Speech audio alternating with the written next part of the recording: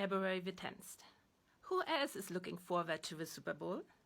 I am, even though kickoff will be at 0:30, quite literally. Don't judge my choice. And that gets me quite nicely to my subject today, which can be headlined with free will. Helen, the seeing blind monkey, showed us that there's no consciousness without perception. Yet there's perception without consciousness.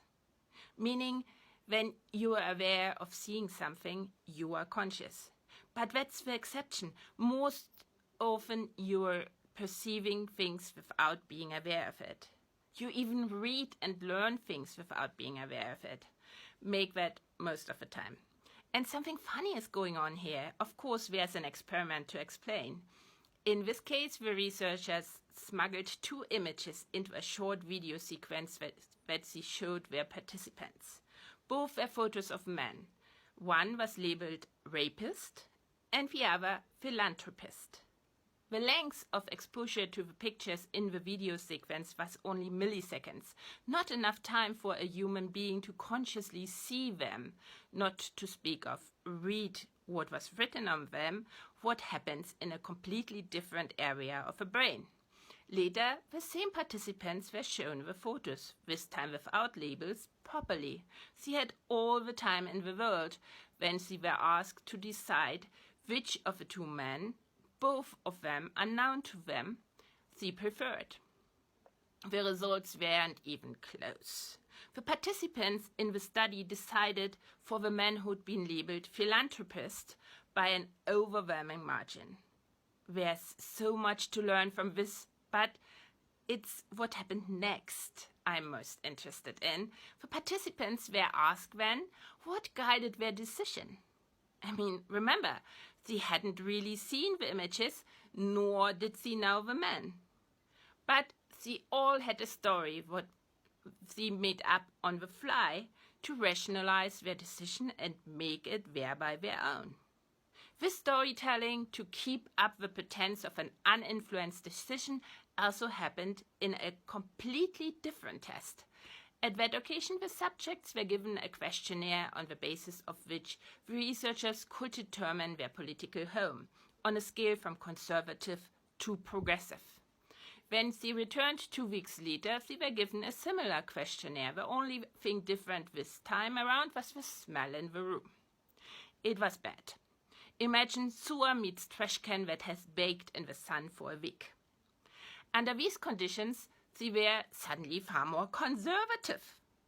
And of course, they had a story why, when confronted with the results that touched on anything. But the stink in the room, that was really the reason why they were suddenly more conservative. All this just to show the importance of the data part in the equation consciousness equals perception plus data. If free will is the freedom to do what we desire, like I desire watching the Super Bowl tomorrow, then humans have free will. But if free will means the freedom to choose what we desire, like the freedom to choose whether or not I want to watch the Super Bowl, then humans don't have free will.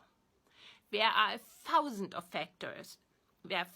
and thousands of factors that influence our desires, our decisions. There's a bunch of research going on what these factors are, from genetic dispositions to environmental factors. And it is mind-blowing what connections exist, like between the stink and conservative. It's also a bit scary. Humanism, an idea on which the way our democracy functions today is based on, worked because no one understood what was happening inside our body and no one had the computer power necessary to decipher the inner workings of a human body and brain. We could call it free will. We are now gaining the necessary insights at the same time as we have the necessary computing power to accumulate massive amounts of data, to analyze them, and to draw conclusions from the biology on the state of mind.